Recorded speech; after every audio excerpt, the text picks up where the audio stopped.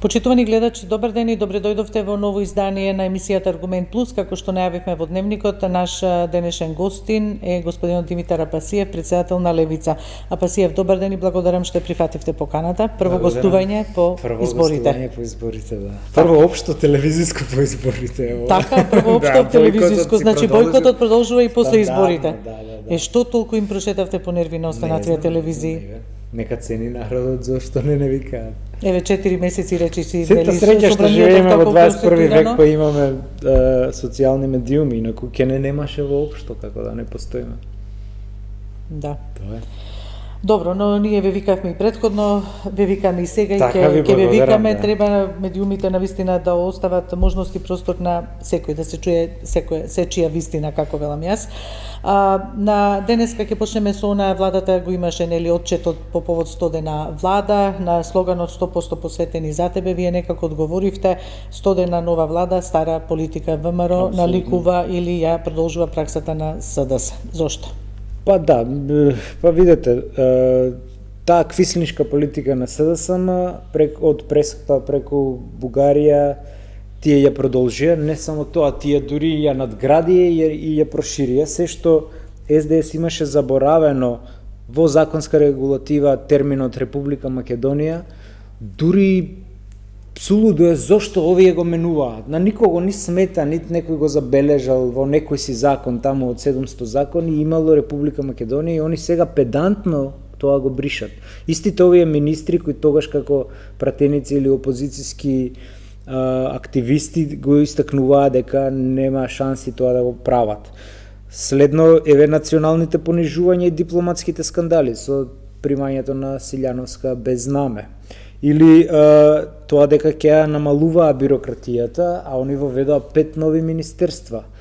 Или овие нови измислени директори, нек на дополно ќе останавме на рапна тепачка беше комисијата за нов директор на царина и тоа трет поред, или за овие советници, видите како си ги 2500 амандмани. Да, ја продолживте таа пракса, иако филибастерингот веќе не овој деловник дан, тоа не го дозволува. Или овие национални координатори, ти се непотребни, тоа се измислени функции. Или патните трошоци си врват тие безпоштедно, или нови задолжувања, овие милиарда или колку зема од Унгарија. Веќе јавниот долг стигна на 70% од GDP, што е неодржлив.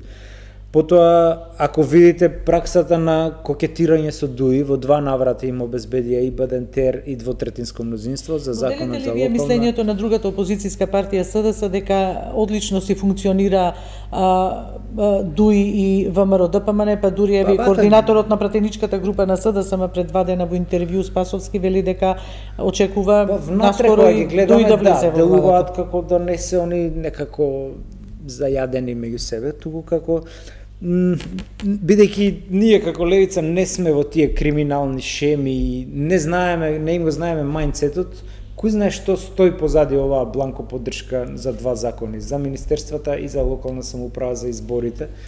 Така што не можеме да предпоставиме што стои. Званично стои таа некоја си комисија Наталја Џофери за правична застапеност, меѓутоа тоа е само шминка според мене, тоа е премал залог за ДУИ да влезе во таква авантура.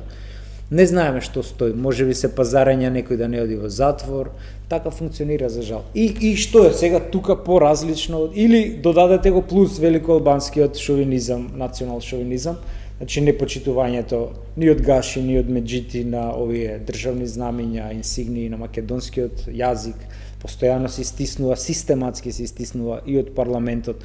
И што е различно? Ништо не е различно. И затоа велиме дека овие 100 дена се продолжување на старата политика на СДС, но на крајот на криштата тие треба да си размислат каде тераат. И тој паралелизам, ние сме единствена држава во вселената која што има еден парламент, а 2 влади. Гледайте, дури и отчетот го дадоа различно. Вреди го даде пред 2 дена, Мицкоски денеска. Значи таму имате племенски поглавари и ништо различно, никаква нова политичка култура или уставен некој обичај да воспостави, нема ништо ново, буквално. И од тука не гледаме оптимизам дека така многу ми си го поставија прашањето зошто да речеме и Вреди не излезе заедно со Мицкоски, па заедно на сцената како нели. Па затоа што тоа правило да представат она што направиле. Тоа правило кое што го воведоа веднаш после 2001 година на трибалистички концепт на држава, племенски концепт, каде што поглаварот од едната со поглаварот од другата најголема заедница ќе си прават што сакаат практично. Сега тука е она што левица го заговара како концепт, а тоа е да се воведе македонска национална платформа, но тие тоа не го прифатија. Се сеќавате на изборите, не нарекуваат џанаци за тоа што сме го предложиле. И тука се гледа со гледоста на Мицкоски како политичар, впрочем јас од таков калибар на политичар не очекувам дека драстично нешто ќе се промени, иако мора да признаеме дека народот се уште им дава шанса, има надеж. Дава шанса, затоа се сакав да прашам. Мицковски рече дека над 100 проекти се реализирани во текот на овие 100 дена, повеќе пари за пензионерите, денеска ги зедоа покачените пензии, повеќе пари за стопанството, повеќе лекови на позитивната листа. Има една анкета за која зборуваат повеќе ми на овие денови, и која анкета зборува дека еве како што велите вие, поддршката и натаму од јавноста расте. ВМРО ДПМН овие 100 дена пораснала за 1%, левица за 5 или за 4 за 5%. Да. И тоа на наместена анкета, пази. Иако вие велите дека не верувате на анкетите, тоа само пред избори или после избори не мислам верувате дека на анкети? Мицкоски е опседнат со анкети, дури самиот си признава дека на тродневно ниво прават анкети. Значи тоа е некоја, не знам, според мене тоа е немање мерка во анкетирање. За секоја политичка мерка која сакаат да преземат, тие прават анкети, па како ќе им делува тоа на народот и слично. Но тие суштински промашија, значи сето она патриотско гласачко тело кое се надеваше дека тие ќе дадат некаков отпор, со оваа бетонизација на Северна тие си ги набркаа самите. И сега повторно се отвара таа пукнатина во десното гласачко тело, каде што ние како левица пред некои месеци се откажавме, мислејќи дека десницата е консолидирана и дека после локалните и не очекувавте гласови од таа страна, да речеме. И сега тие отвараат повторно пукнатина во нивниот табор, затоа што тие луѓе навистина со емоција влегоа, веруваа во тоа, во лагите шарени на Мицко. И од тука ќе видиме дека тој, мислам дека со текот на времето таа поддршка која што се уште на први 100 дена е нормално да имаат, мислам дека ќе се рони.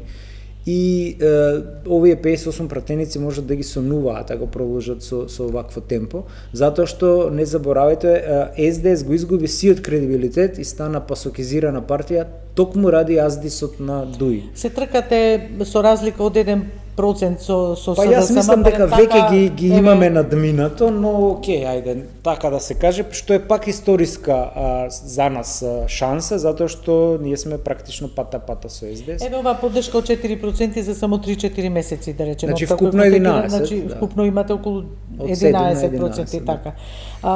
Од каде сметате дека од каде ги собравте симпатиите? Од повеќе. Прво мислам дека од разочараните овие што се разочарани од ДПМН, затоа што тие ги излажаа, буквално ги излажаа.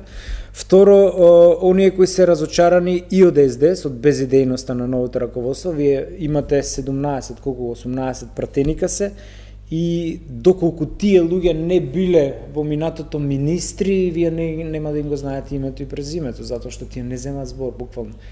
И чудна е таа девалвација на пратеничката функција. Тоа го имаше и ке Мицкоски, го има сега и ке Филипче. Ја сметаат пратеничката функција како ниска некоја си и не се замараат со неа. Напротив, ние баш тука капитализираме. Ние, вклучувајќи со мене на чело, левица и како машки се бори во собранието, кај што мислиме дека бидејќи единствен орган кај што опозицијата има каква таква некоја си инклузија во која што може да учествува во процесите. Се друго е власта. Во овој момент дури е и апсолутна власт на ДПМН, затоа што ја имаат и локалното. И мислам дека тоа е вториот табор од кој што овие 4% доаѓаат, и третиот се независните или оние неопределените би ги нарекле, кои што гледаат дека само левица останува доблесна и идеолошки тврда партија, се друго е бизнис. И со вакви политичари мислам дека левица природно ќе стреми нагоре и конечно доаѓаме до тој идеолошки судир кој ние одамна го најавувавме после пасокизацијата на СДС, идеолошкиот судир на левицата и десницата. Значи демохристијаните, конзервативци околу ДПМН и се што е лево, прогресивно, авангардно позади левица, и затоа го чекаме моментот да ние станеме примус во левиот спектар, а СДС да стане секундус, затоа што тоа е нашиот детски сон практично. Ние од деца се бориме да го детронизираме СДС во прво полувреме, за да потоа машки се пресметаме со ДПМН. Овие податоци на анкетава покажуваат и тоа дека бидејќи се работи за анкета во прилично краток временски период и како лавира, практично флуктуира јавното мислење. Тоа можеби говори дека можеби јавноста созрела па не дава толку на долги рокови па да се премисли, да се поддршката да ја даде ваму или таму. Гледаме резултати. Многу споро созрева јавноста. Да беше зрела немаше да им даде 58 мандати на ДПМН. Мислам дека тие го имаат... Но добро, веројатно незадоволството од СДСМ било тие успеа да се консолидираат десницата после локалните избори, кога повторно клиентелистички гласови преку тие тендери и тој систем кој е воспоставен и функционира 30 години. И мислам дека тие си направија добра база за потоа. И сега веќе имаат апсолутната власт, ги имаат камшикот во нивни раце и мислам дека сега ќе оди се на полошо и полошо. Во првите 100 дена можеби би глумеле некои демократи, но потоа ќе одат на се пототалитарно владење, што од друга страна ќе не челичи нас како опозиција. И овие судири кои беа сега на комисија ќе стануваат се пожестоки, мислам дека понатаму како тие ќе се осоколуваат и како ќе се дограбуваат до што е можно повеќе позиции. Мислам дека веќе се стигнати до некој трет, четврт директорски ешалон, се испроменија во меѓувреме. Така да апсолутната власт ја имаат и ќе биде се полошо и полошо во иднина. Очекувате така да биде, а вас овие 4% пораст, овие да речеме 3-4 месеци ви даваат ветер во грбот, предпоставувам, не очекувам дека ќе речете не ни даваат. Дали тоа ќе ве натера некако да воведете некои нови механизми на делување, на действување како партија? Па ние веќе ги имаме тие нови механизми, затоа што претходно бевме двајца, јас и Борислав, сега сме 6 и веќе имаме и парламентарни механизми. Покрај тоа што немаме право на филибастеринг, но имаме неколку дена да ја тегнеме темата, за која ние ќе процениме дека е политички опортуно да ја експлоатираме. Таков беше случајот со овој трет измислен директор за Знамо царина. Ако ние не галамевме, ќе поминеше глатко и никој немаше да знае. А сега викендов видовте дека тоа стана вирално и сите знаат на кој начин е тоа донесено. Мислам дека има простор за парламентарно делување, затоа што сега со 5 пратеници по деловникот ние можеме интерпелација да поднесеме, претходно не можевме. Исто така има инструмент на надзорна расправа со 15 пратеници, кај што ќе мора да хендламе дали со СДС или со нека опозицијска партија или со можеби со некои кои се незадоволни од власта или од некој конкретен функционер преку надзорна расправа да се испитува. Потоа имаме и други инструменти кои до сега сме ги немале и мислам дека се што ни стои на располагање, иако е малку, ние како опозиција ќе го користиме, а СДС може само да трча позади нас. И тоа е нашиот политички ангажман во парламентот, да ги засениме СДС со... И веќе и тоа се осеќа, кога ќе речете опозиција, прво ви идат неколку теми на пратеници на СДС затоа што тоест на левица, затоа што СДС не зема збор. Земете го спикерот кога се бираше, влада кога се бираше, само еден, двајца и мислам дека тие тоа што го кажав, имаат некој комплекс на повисока вредност, дека пратеничката функција за нив е дојди, потпиши се, отиди. И толку. Додека ние ревносно влегуваме искрено во процесот и искреноста не можете да одглумите, тоа народот го сеќава. Можеби ние сме малце фрустрирани од темпото на раст, затоа што проекти како знам, овие умислени бојкоти на левица и како не чинеа, според мене не чинеа 3 до 4 пратеника, но долг е патот, ние сме тука да го издржиме сето ова и да одиме само напред, затоа што левица е единствената партија која од 2016 откако е основана на секој парламентарни избори има раст. Сите други се... Не може никој да ви го оспори, тоа бројките кажуваат се. А Басиев, денеска почна новата академска година. Ете, веќе во владата има и како ресор национален координатор за високо образование, за промени во високото образование. Што му недостасува на високото образование? Ги слушаме студентите, ни гостувале во студиото, гласни се за своите потреби, барања вие сте од високото образование. И да упростиме пари му недостасува на високото образование. Значи европскиот просек е околу 2% од буџетот.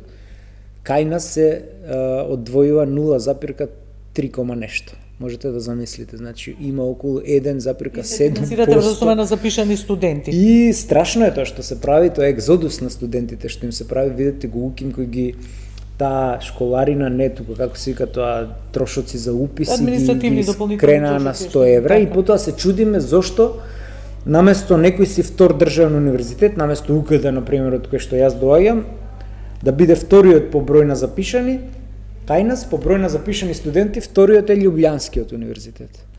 Не сваќате? Значи има 7000 студенти за 10 години помалце, а 1000 професори повеќе. Тоа ви покажува дека немаме никаква политика, ние сме како гуски во магла во високото образование и не знаеме кај тераме. Од друга страна ги имате повторно овие трибалистички концепти на 35 милиони евра на непотребен универзитет како што е овој Мајка Тереза. Ајде да се вратиме хронолошки како настана Мајка Тереза. Настана кога му текна на Груевски дека сака уште 2 нови универзитети. Еден за едното племе, друг за другото племе, и тоа беа Дамјан Груев и Мајка Тереза. И што направија СДС? Дојдоа Рената Десковска, дојде и рече ќе го укинеме, ама само Даме Груев ќе го укинеме, а Мајка Тереза ќе си остане да постои. И така вие имате малцинство од 20% или 16 кои живеат реално тука, ако имаат веќе 3 универзитети. Тоа го нема никаде во светот. И на тој универзитет му давате 35 милиони евра, тука некаде во касарната Илинден, а на штипските студенти им покажувате среден прст практично со тоа. И потоа ќе ви бегаат, па ќе ви бегаат. Не се глупи децата да останат. Дали очекувате дека овие напори што се прават за ревизија и на високото образование, на високообразовните институции, дека ќе вроди некако со плод, но и до промена на програмите апсолутно. Јас ви кажав, единствено вродување со плод е буџетот да се зголеми, образовниот буџет, тоа значи повисоки стипендии, повисоки плати ако сакате. Ние сме еден полупротекторат како Косово, има повисоки плати од македонските професори, наставници, учители. Тоа е недозволиво. Значи тие се на маргините. Уште Ататурк има кажано дека не бива пратеник да зима поише плата од даскал. Значи тука некаде треба да се платите. Сега нашите рипнаа на 2000 евра, овие останаа на 500 евра. Колку зема наставник во средна школа? 5-600 евра зема. Вие имате двајца наставници кои не можат годишен одмор да си дозволат. За каква ние социјална правда зборуваме тука? Значи во секоја нормална држава, вклучувајќи од Скандинавија да земете надолу по Европа, професорите, учителите се средно висока класа. Значи кај нас се ниска класа. И од тука вие не можете, и од друга страна ги имате жолтите синдикати, како овие Сонг, Монг, тие 300 им ги формира вакви-накви, со корумпирани лидери, и тие се договараат. И што договори, го видовте овој Јаким ли како се вика Неделковски, договори плата пониска од минималната. Тоа е прво е противуставно, противзаконски. Не можете вие со договор синдикален за наставниците во основното образование така. Како коефициент, некој плата пониска од минималната, законски кој е законски минимум, вие не можете под тоа да одите. Така што напластени се многу ситуациите и од друга страна го имаме проблемот на приватното високо образование кој е фабрика за дипломи. Значи таму не ни се појавувате вие, има тарифа, си плаќате, ви изготвуваат, си почекувате само малце колку ради реда да поминат семестри или нешто, и тоа е проблем кој што сите го гледаме, а се правиме дека не го гледаме. Дека не го гледаме, а и тоа се функционира. И се напласти и ви го дава ова што е сега, тоа е екзодус на македонските студенти кои ни бегаат во поквалитетни средини. Ги имате студентските домови кои што уште од времето на нашите родители не се реновирани. За да се истуширате треба од 14 спрат да се симнете на 6 ако има топла вода, и тоа течат од ргјосани шипки. Значи тоа се затворите во Европа не изгледаат како нашите студенти. Јас сум живел во Гоце Делчев студентски дом, тоа е хорор приказна таму само по себе да влезете. Од тука сето тоа кога ќе оставите, јас не сум оптимист дека се движат работите на подобро, затоа што се додека парите ги давате по ХДЗ модел на ваму да подмачкаме пензионерите да бидат задоволни, овие да бидат, оние да бидат, а не гледате дека младите ви бегаат, таа држава нема иднина реално. Така. А Пасиев, ајде малку да се префрлиме на овие другиве теми, иако ова е можеби најважната тема, бидејќи станува збор за млади луѓе, оние луѓе кои што во иднина ќе треба да ги носат процесите и да одлучуваат за државата. Некако велат левица му се намерачи на спикерот Гаши, па имавте интерпелација, најавивте кривична пријава, сега е и представка до ДКСК најавувате, до антикорупцијската комисија ја поднесовте, така? Да. Тоа е за патувањето и на сопругата на Гаши во во Соединетите Вашингтон, американски држави, во Вашингтон, По никој конкретно. протокол таа не требало да патува. Па да, со Гаши имаме фајтерски однос, не знам како да кажам. Видите, во никоја држава во светот партија со двајца пратеници го нема спикерското место. И тоа е тоа што го прави ДПМН кусоглед. Значи, буквално ние направивме анализа кога беше изборот на спикерот, не постои држава секаде носечката партија, затоа што тоа е многу важен механизам. Вие не можете седница да свикате, буквално е незаменлив. Не можеме ние како пратеници и 119 потписи да собереме, ако Гаши не стави параф, не можеме да се состанеме на седница. Груевски не беше смотан што толку години на власт не го даде спикерското место и беше Љубиша Ѓоргиевски па овој Велјановски. Така да вие не можете закон да еве ги сега забранителите. Значи одат на баци рака кај Гаши за да им го стави законот. И нема да им го стави никој затоа што тоа е политички дел. Комисијата и вчера мислам имаше обид, меѓутоа со некој друг Ама предлог закон. видите разликата помеѓу политичарите на албанското малцинство, олицетворен еве во случајов преку Илире Даути, и политичарите на македонците. Затоа албанците ќе имаат 3 држави, а ние ќе изгубиме оваа што ја имаме. Илире излегува и вика додека сум жива не го ставам овој закон. Не кривични, не што сакате, ма сакате. И ја имате од друга страна Сања Лукаревска, која што вика јас морам да го ставам овој законов за царинава директорот и ќе ми стават кривично. Политичар кој не е спремен да оди во затвор за каузата за која се бори, тој нема визија. Значи, не сте вие бюрократи, па сега се плашиме за вака.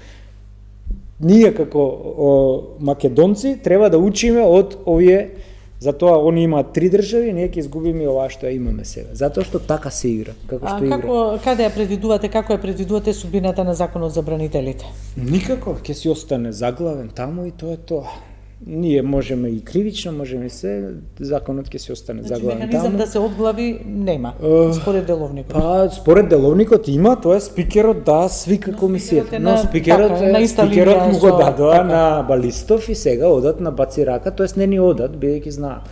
И позадински не знам што им е договорот. Веројатно не смеат таа црвена линија да ја поминат, затоа што во тој случај вреди може и да ја напушти владата, ако ги нема овие учкиве внатре и од тука... Еве да речеме Мицковски не беше многу загрижен, барем од она изјава што ја даде јавно кога рече со среќа нека им ако мислам излезат. Дека не е загрижен од аспект дека тука ги има овие од знам. Да, затоа што кај нас кој има 61, тој ја има власта без оглед дали не се бара Бадентер за влада. И од тука може би е покомотен од таа позиција. Меѓутоа, не мислам дека овие ќе одат да ескалираат толку вреди, затоа што мило име власта и нив, и мислам дека и како ќе продолжат да се функционираат и зад затворени врати тие може би се веќе договорени без ние да знаат. Но тој закон нема никогаш, мислам, да се донесе.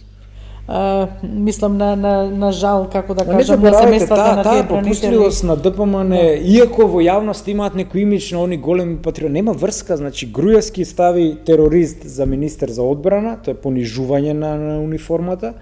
Од друга страна Груевски ги амнестираше хашките случаи кои не застаруваат, тоа е воено злосторство и преку некој си механизам на автентично толкување што нема врска. Така што ДПМН биле секогаш попустливи кон албанското малцинство, само не заборавајте пред да падне владата на Груевски, тој истиот го договорил овој закон за јазици кој сега е противуставен апла, како може на ист устав 30 години да не можело да се ставаат печати на албански, сега да може одеднаш на ист устав, на ист амандман. Тоа значи политичкиот дил е поголем и од правната држава кај нас, но на крај крајава вие си ги гласате луѓе, овие ви се тие што сте си ги изгласали и ќе си ги трпите сега 4 години. Таму и коментарот дека во Македонија законите се прават по мерка на политичките потреби, не само во на партиите. Секаде е така, секаде и од увек било така и така ќе си остане. Така ќе остане. Па си еве за законот не за законот за албанската академија, сакав околу тоа прашање да ве прашам, академија на албанците се заговараше, тоа не знам дали еден ден ќе се доживее да се дојде до фаза на закона, но може и да се вие велите тоа е за сецесија на државата, ако се заговара, а председателот на алтернатива Зекирија Ибрахим, и мислам пред некој ден имаше интервју во Лајм кај што вели дека веќе била и финансиската конструкција обезбедена од неколку општини. Мислам супер, да сме правна држава, тој лик, тоа типче до сега ќе биде... Бидејќи тоа буфна вака како оган, па малку имаше затишје, за сега повторно да видиме дека вака, процесите се тераат. Да сме правна држава, тој тип тоа што го изјавил и што работи на случајот, до сега ќе беше приведен и зад решетки.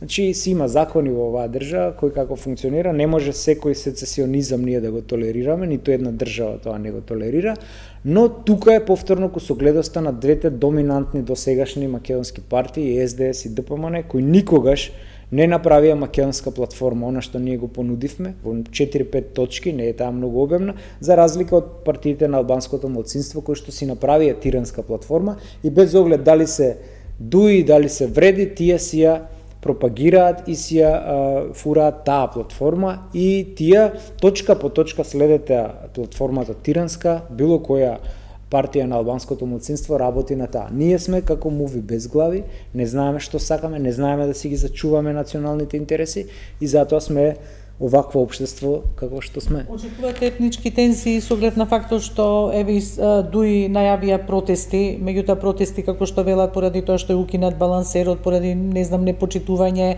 и потенцијал за за укинување на албанскиот јазик во службена употреба и ради други ситуации. Не очекувам, тоа се представници од власта па дури и Мицковски кажа дека видите, косоваризацијата на Македонија си тече без оглед на сите овие закони дали ќе укинеле балансери. Тоа е процес против кој што нашите вождови немаат лек за жал. А ова за етничка дестабилизација тоа се приказни за мали деца. Значи прво тие функционери на ДУИ како бивши терористи станаа милионери и тие сами ќе гледаат да го зачуваат тоа што го имаат и да нема војна условна или било каква етничка дестабилизација. А од друга страна, тие беа помалце, како да кажам, Западот можеше нив да ги контролира баш преку хашките случаи. Видете што му се случи на Хашим Тачи во Косово. Значи, во случај ако Али Ахмети забегаше како Альбин Курти, тие можеа да го повратат со некој кейс. Меѓутоа, овие новиве се уште побетер од овие кои си заминаа.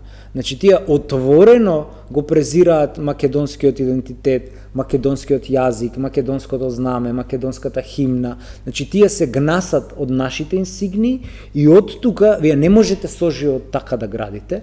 И затоа не се розови етничките односи во иднина, но дека ќе дојде до дестабилизација нема да дојде од проста причина што функционерите на ДУИ се ухлебани.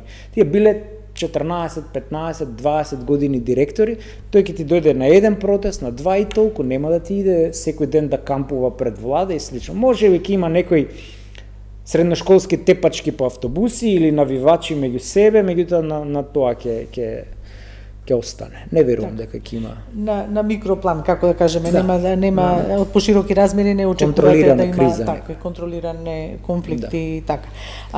Околу раздвојувањето на Македонија со Албанија, дали очекувате тука дека можеби вреди во иднина која што неколку пати во неколку наврати дадоа некаков рок од 6 месеци, нели, за да се изгласат уставните измени со цел да се напредува на тој пат, дека можеби ќе се појави нервоза во редовите на вреди, па и на другиот опозицијски кампус, нели, на албанците ДУИ. Тие фино ќе се укотват во власта и не верувам дека во иднина ќе има некоја таква.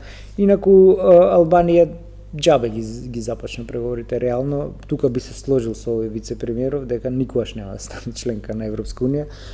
Да не се лажеме, затоа што таму ќе фрчат вета од Холандија, од Франција и од други држави. Така што Западниот Балкан ќе останеме слепото црево или она што се вика гнојарникот на Европа. Тука ќе ни копаат руди, ќе ни носат отпад од Италија да го горат овамо и ние да се труеме, ќе ги носат мигрантите од Италија во Албанија во бегалски кампови и ќе им плаќаат по глава. Значи, буквално ќе останеме Западен Балкан една енклава и тој треба на Европа. И треба да останеме така, за да сите прљави работи од таа градина, како ја викаше Борел, дека они биле градината, на таа градина треба да има еден гнојарник, една депонија и ние така ќе се останеме. Така што Албанија без оглед дали се одделила или не се одделила од нас, речиси да нема шанси да стане членка на Европската унија.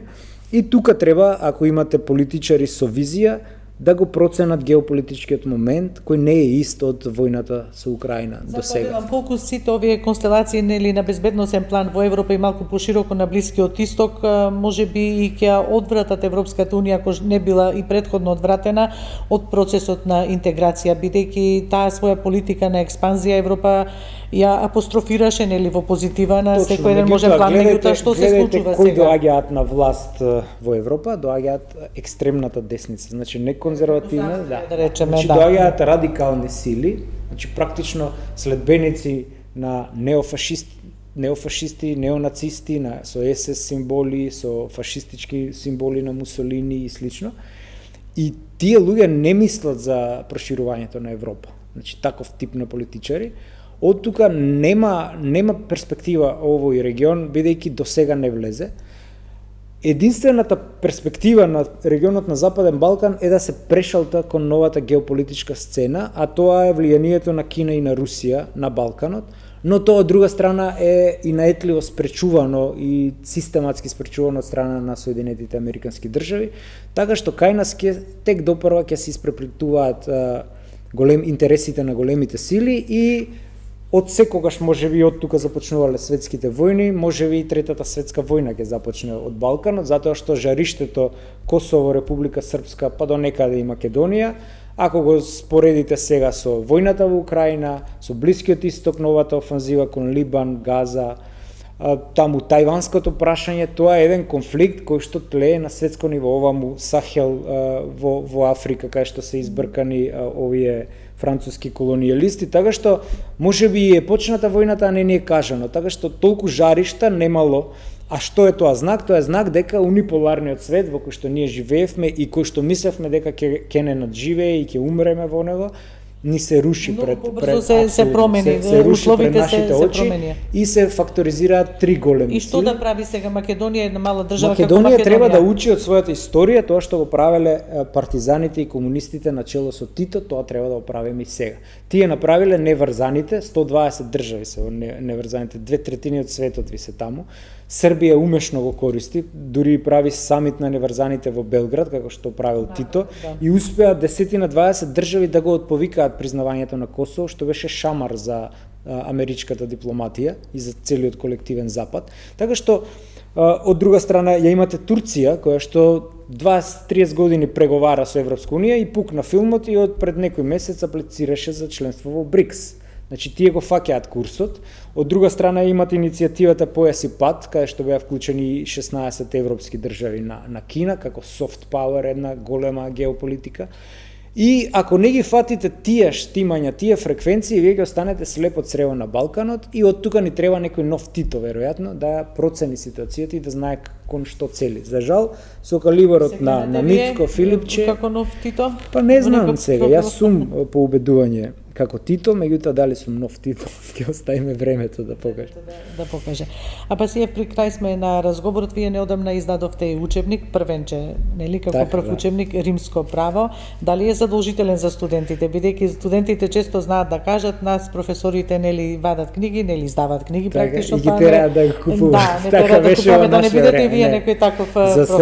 За среќа мојот учебник е ставен на e-библиотека на УГД, на Универзитетот Гоце Делчев и е бесплатно за симнување од страна на сите студенти кои имаат пристап на базата, така што е бесплатен, буквално бесплатен, да си го симнат во PDF и кој сака да си го печати, кој сака да не си го печати, така што тоа е политиката и мислам дека така и треба. Тие репозиториуми универзитетски треба да имаат open access пристап, каде што секој кој е заинтересиран, без оглед дали е студент, вработен или лаик, обичен, ке може да ги симнува нашите трудови бесплатно, затоа што Западот отиде во сосема друга крајност на целосна комерцијализација на високото образование и за се што вие сакате да симнете од западни некои репозиториуми мора да се плати, да.